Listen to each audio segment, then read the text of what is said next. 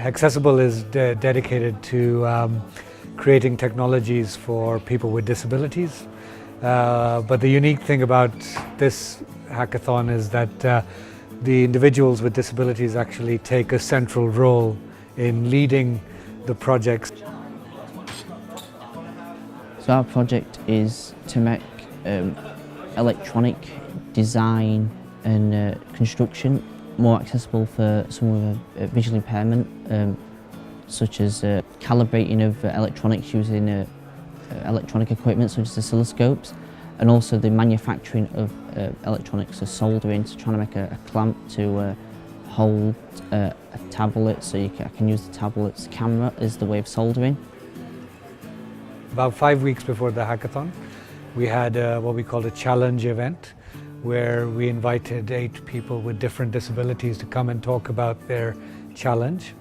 And the students were all there at this event, and they saw all the challenges, and they got to interact with each one of those individuals to really understand, the problem.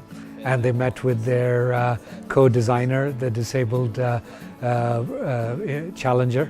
And since then, they've been constantly connected with their challenger. They meet regularly, almost on a weekly basis. We're having workshops on every single week. But outside of the workshops, we're also encouraging them to, meet regularly and communicate with each other. It's just a practical, hands-on experience solving a real-world problem and being able to work with other multidisciplinary engineers in a team and produce some physical product at the end of it.